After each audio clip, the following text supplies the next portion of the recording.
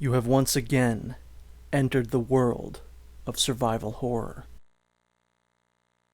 Good luck! The calming sounds of the save room theme. So right now, we are going to continue to explore the area that we now find ourselves in. And we're going to combine some inventory items, put some things away, take some things out. For instance, we're going to put away the ink ribbons, the green herb because we don't need it, because I'm so good at the game, and that good stuff. And the blue jewel. I put the blue jewel away at the end of the last video, but I needed it anyway, so I don't know why I did that. And you know what? While we're here, we might as well grab that. As I've said a couple times, I'm way more familiar with the remake than I am with this particular, original version of the game. So sometimes I get a little discombobulated, I forget what I'm supposed to be doing, when I'm supposed to be doing it, if this particular room exists, and if I have to go there. Like, for instance, I always forget that the area right next to where we find, is that the dude's name? Kenneth? Yeah, when we find Kenneth, I always forget that there's not actually a hallway right over by the left of that screen, which there, of course, is in the remake. Be careful of enemies that are kind of around corners, because sometimes it looks like you're aiming at them, but you actually are not. Oh, that guy's dead. Cool. I found a couple times while practicing this game that I'll look at an enemy directly, but the bullets will just kind of hit the corner and not hit the enemy, which is fairly annoying. Another way that I'm actually more familiar with this game is through the S.D. Perry books. I have read the S.D. Perry Resident Evil, like the first one. What is that? The Umbrella Conspiracy? Is that what that one's called? Many, many times. I really enjoy her Resident Evil books, and I literally have worn that book out. That book, I had to buy a new copy recently because the old one, the original one that I had, is like unreadable now. If you watch my video game collectibles video, I think I show the old one, and it is in quite a sad state, I have to say. And this is what I'm talking about, how this game has like a completely different vibe from the original game. I keep doing that too. The remake, it has a different vibe from the remake. Like the bright wallpapers that they have.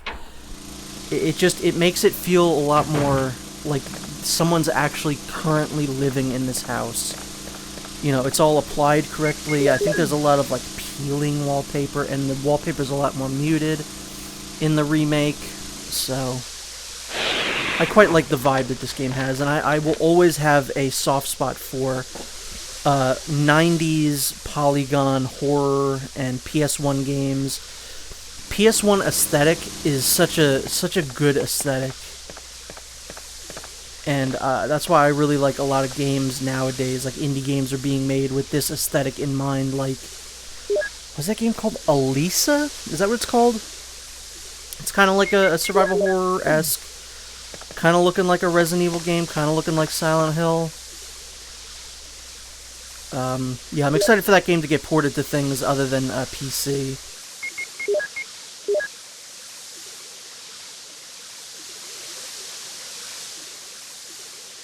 And another area that just straight up does not exist is the room where you get the key, where you put it the fake key in the mold, and then the spinning whirligig guy comes at you.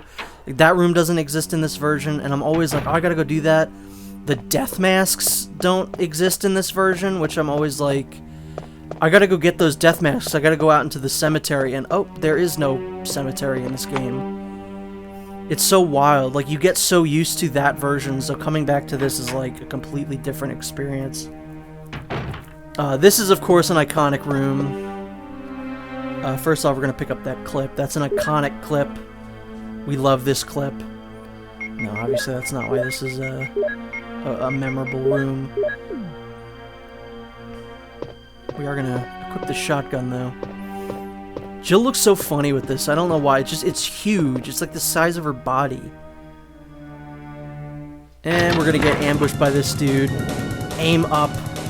blow his freaking head off. This is, of course, the Keeper's Diary. You can pause this and read it if you wish. In my opinion, the most iconic note in all of Resident Evil still has not been topped. They've tried. There's similar-ish notes in other games, but this one is truly the best. And the next tattoo I get, I've always wanted to get a Resident Evil tattoo. I always wanted to get the Umbrella logo, but I don't think that would look good. So I've now realized the easiest thing to do, and it'll probably be the cheapest tattoo that I have, would be to get just on my arm, somewhere kind of toward my wrist, is just 2 simple words. I'm trying to time this, but I don't know when this note's gonna end, but you know what the notes do. Those 2 words right there, Itchy Tasty. In that font, or in the remake font, probably the remake font, but that will probably definitely be my next tattoo, and now that I've finally figured out a Resident Evil tattoo I would be happy with, would be just the words Itchy Tasty. I think that makes a lot more sense than the Umbrella logo, because the white, you can't do a white tattoo. You'd have to do skin tone, and I do have one that is, you know, skin tone for white, but I don't think it would look good on the Umbrella logo, because there's too much white. But yeah, there you go. You get a little insight into probably my next tattoo. I'm also shocked that Resident Evil wasn't the first video game tattoo that I got. I got a Nier Automata tattoo recently. It was my first tattoo in like 6 years. It's my 4th one, but my first one in a very, very long time. Also, those fellas in that there hallway are probably all 3 of those combined the easiest zombies to avoid in the entire game.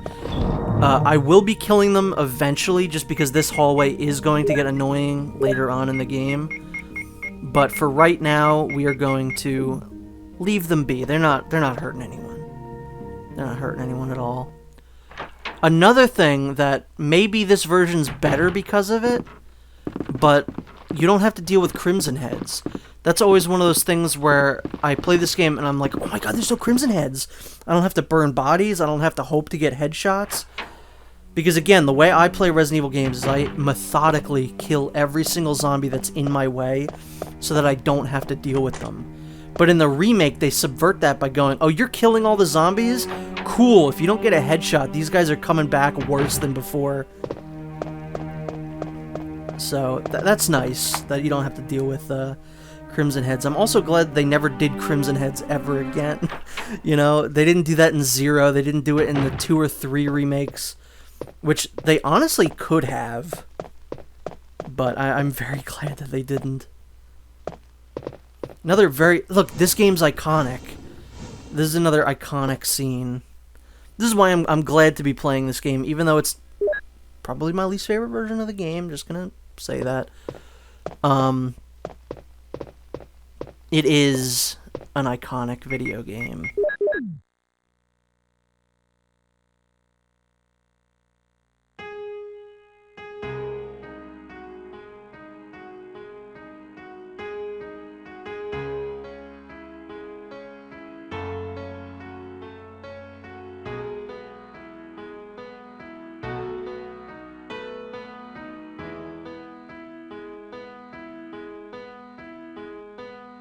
Oh my god, can we talk about Welcome to Raccoon City and how they gave one of Jill's most iconic scenes, her sitting down at the piano playing Moonlight Sonata, they gave that scene to Wesker.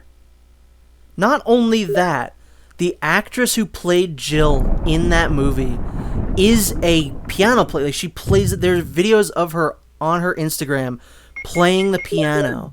And they did not give that scene to Jill. What on earth was that movie? I hate that movie so much, because it could have been so good. The cast was great, except for Wesker. He was the only one that I think was miscast. But they fucked that movie up so badly. And then this year we got that, the Netflix one, which again cast Lance Reddick as Wesker, which is one of those, like, his voice is the perfect Wesker voice. Put some shades on him, put him in a Matrix coat, and he might be the perfect, like, live-action Wesker. But that show is going to be garbage, I guarantee it. And of course, the most annoying people on the planet are going to call it woke. Whoa, dude, this woke Resident Evil. It failed because it's woke. And, like, no, I guarantee you it's going to fail because it's bad. Just because you cast a black actor as Wesker doesn't mean it's woke. The most annoying people on the planet need to shut up. Is Star Wars woke? Is Star Wars bad because they cast women and it's woke? No, Star Wars is bad because it's dumb now. Has nothing to do with casting women. Anyway, this is a scene that I always forget. Maybe I'm misremembering, or this is also a scene that I think Barry can be in. Because I know I've heard dialogue of Barry going, "It's Forrest," but I don't know where that's from. I can't remember where that's from. So yeah, here we go. We got Forrest, we got some crows.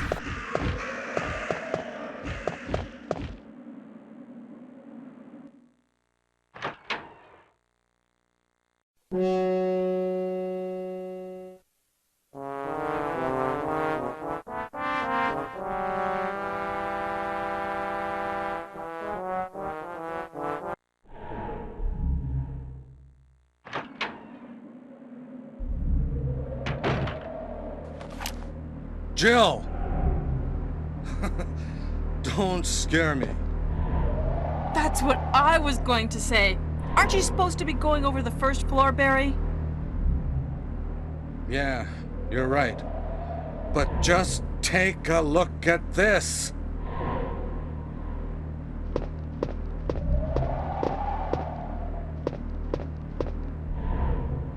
It's Forrest.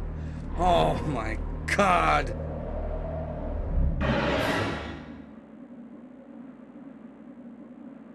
It's awful. I'm going to find out what caused Forrest's death. It looks like he was killed by a crow or something. Can you look around the first floor, Jill? Okay. Hey, Jill. This must have been Forrest's. You don't have a weapon. Take this with you.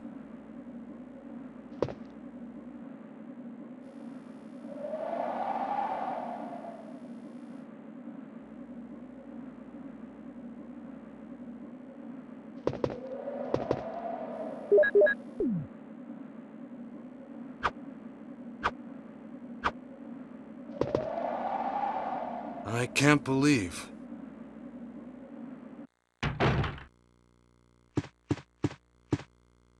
I gotta look that up. Maybe it's in the director's cut, or again, you took too much time to get to that part. So I don't know, but at least now we have a bazooka. That's one good thing about visiting our good old friend Forrest Spire. Also, I literally cannot stress enough how I believe that Welcome to Raccoon City should have been 2 movies. Resident Evil 1 should have been its own movie. This is such an iconic game with iconic monsters and characters and scenes. This should have been its own movie. They should not have rushed to get to Resident Evil 2 so quickly. And in the process, basically left out the ability to do Resident Evil 3, which is so funny.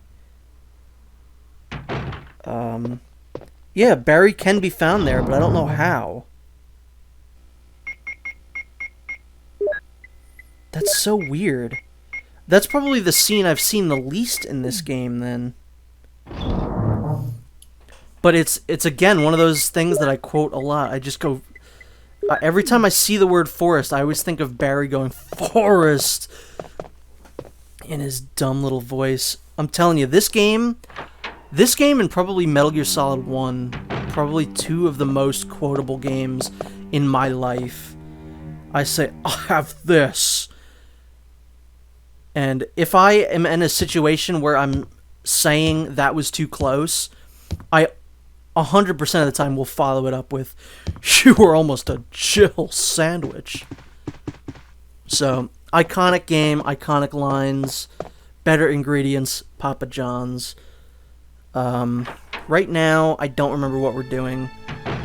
We got the bazooka from Forrest. If I'm going in here, then we're about to do one of the more finicky puzzles in this particular version of the game. This is way easier on the GameCube remake because I just feel like it controls better. Pushing these statues over these grates does not feel great. If you'll excuse the bad joke. You have to be, like, pixel perfect pushing these things over here. Like, this isn't gonna cut it. You have to push it up a little bit, but you have to kind of do, like, a half push, and then hopefully that's good enough. And then you gotta do the same thing with this guy here. The puzzle here, you can't just push them... like, you can't push the one that was closer to the other grate onto the grate that it was closer to.